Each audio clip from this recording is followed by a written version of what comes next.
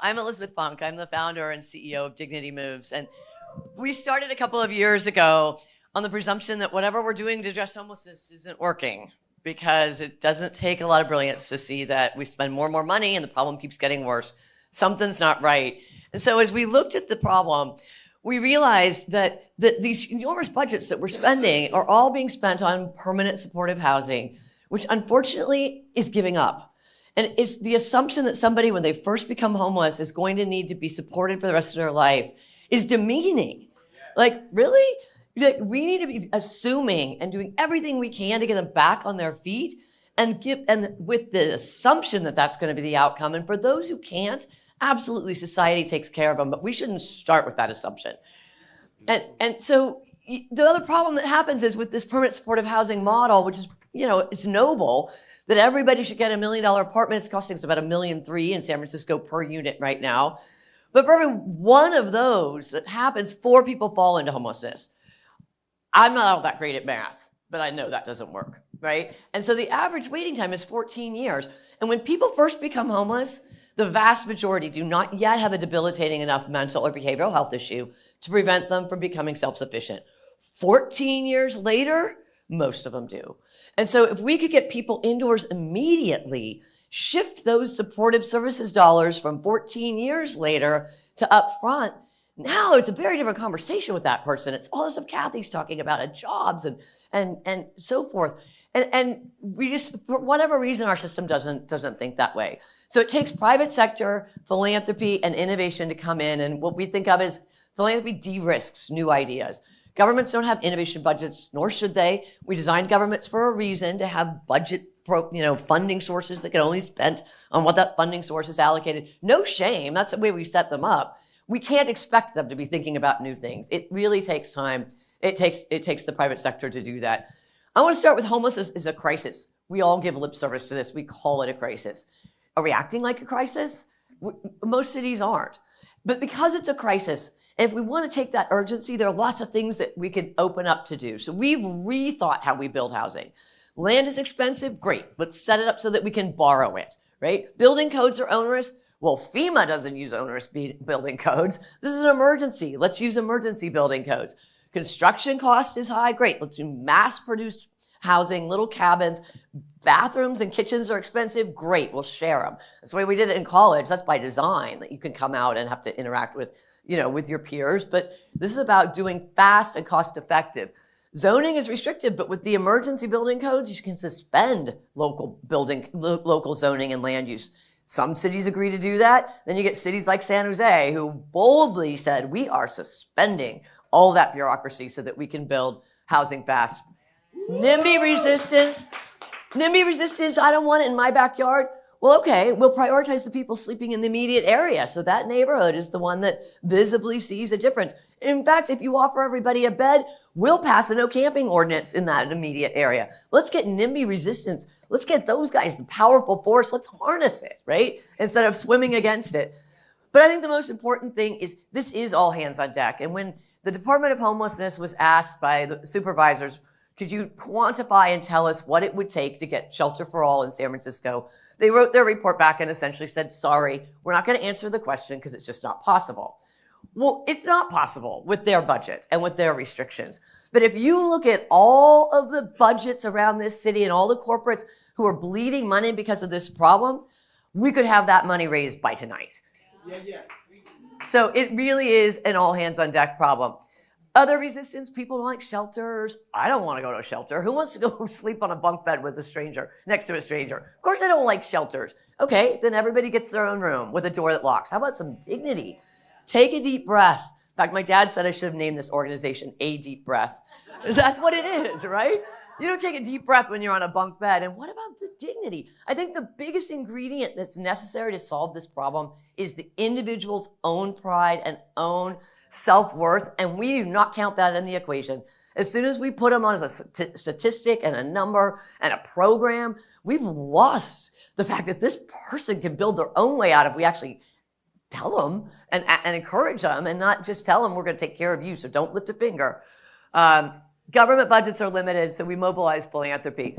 We get a lot of resistance to this. A lot of resistance. Permanent housing is the only thing that solves homelessness. I agree, permanent housing is the only thing that solves homelessness, but it's not an either or. And you think about somebody who's been in a car crash, the first thing you do is stop the bleeding. And by the way, you don't worry if your t-shirt's clean, you shove it on the wound, and you don't care if this highway is where you're supposed to. This is an emergency. You stop the bleeding so that you can get them to a hospital and have a surgery, which is what solves the problem. I'm not going to say stopping the bleeding heals them, but you got to do that in order to be able to do the permanent. And so, emergency housing is that this is an emergency. And then quite frankly, they might heal on the way to the hospital, if to use that analogy, which breaks. But the languishing on the streets is what's causing the problem. And I think we've all got our stereotypes that people are mentally ill and drug addicted. After 14 years, yes, they are. It wouldn't take me 14 years. It'd take me 14 days. So one cold night with socks. I mean, folks are human, right? We've lost track of that. And what we've also lost track of is what it's costing our society to leave them on the streets. There are lots of estimates. You can't quantify it. $65,000 was a number that came out of Silicon Valley. But what about all of the things that aren't measured, people moving away and all of these things? But what about the cost of our self-respect for ourselves, right? I mean, my kids are studying slavery and the Holocaust. And I always wondered, how do people get up in the morning and walk to work thinking, oh, well, it's just the way it is, right? I mean, in the Holocaust, you probably would have gotten killed if you spoke up. But shouldn't we be just as ashamed? I mean, I hope our grandkids come and go, you what? Yeah. What do you mean people were sleeping on your streets? Really? And you just walked to work and waved at them? No, didn't even wave at them. I mean, it's really shocking, and I hope we are ashamed, and I hope we've gotten so used to this problem that we are letting ourselves not be ashamed. Quite frankly, because we've done a good job of telling ourselves these aren't people, it's cardboard, don't look. Because it's the only way we can handle it emotionally, right? So there's a huge cost to this. So we've been out building these little interim communities, fast, cost effective. Our first one in San Francisco, 70 rooms, 94 people for $2 million. Seriously, right? Two little funky looking parking lots that are going to be developed into something someday. Developer can't decide. Well, you guys just keep thinking about it and let us know when you need to move. When we need to move, we can pick them up with a forklift and relocate them. San Francisco's Department of Homelessness was staunchly opposed to letting us do this. Any money we spend on anything that's not permanent is a waste of resources. And I said, great, we're going to do it philanthropically. Anytime my staff spends talking to you about something that isn't permanent is a waste of resources. Well, then don't talk to me, right? But the real reason was, she said, you're going to walk everybody through and they're going to love it and they're going to make me do more of these. I said, yeah, that actually is the goal. But if I have to do this, my money doesn't go towards what I measured on, which is I'd rather get one person into $1 million apartment than 50 into interim because my homeless number goes down by 1. Shouldn't say it that way, but that is what the metrics are. So that's what we're trying to change that thinking. Once we did 1 or 2 of these projects, it's taken off. We've got projects all up and down the coast, lots more in the pipeline, which is exciting. And one of I gave a shout out to San Jose. I'm so impressed with what they're doing. They're just literally saying, maximum legal and administrative flexibility, everything within our power. That's the kind of leadership that we need. Yeah. And it's resulting in a project in San Jose. My friend Joanne is the one that's running this, the first community that is fully solar powered. Pretty cool. And it's going to be local preference. This is the kind of examples that we're trying to do. Santa Barbara was our second project to open, and it was met with amazing reviews. So the supervisor says, we should do one of these in North County. I said, we're not chip away at this problem 30 rooms at a time. What's the whole need in the county? So we are doing the whole county at once, obviously with partners, and building enough so that everyone in the county who's unsheltered will be able to have a place to be offered. That's what we call scale. So then A Place for All comes out in San Francisco, and I get the phone call, well, what would it take to do this in San Francisco? Of course, I blurt out, well, I can answer that. They're like, you can?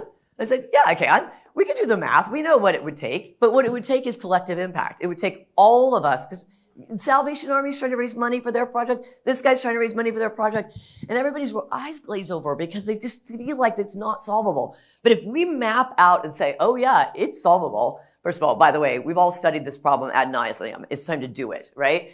And we talked about how it's an existential crisis, but you could map out and say, here's how many beds we need. Here's who's already got stuff in the works. Chicken pox it around the city. And we say, okay, we're going to do it all at once. No neighborhood gets to say, why me? Every neighborhood's doing it. No one developer says, I'm not going to let you borrow my land. All the developers are going to let you borrow their land. If we all come together and do this both geographically at once, services that they need, much more cost effective, and then quite frankly, the great folks at Salvation Army can be part of a system that even if they are requiring sobriety, it's not the only bed somebody's being offered. So we're looking at this all hands on deck idea for San Francisco, and we sort of started flippantly talking about it, and we're getting a whole lot more people going, oh my God, count me in, count me in. So it's kind of at that stage, and I'm loving the timing of this conference because it's collective, all of us, but I think if we all are talking about it together at the same time, the logjam breaks, and I think the onus is on us as the private sector and philanthropy to say, with all due respect, you're right, you can't do this. It is impossible as a department, but all of us, nah, we can do this. Yes.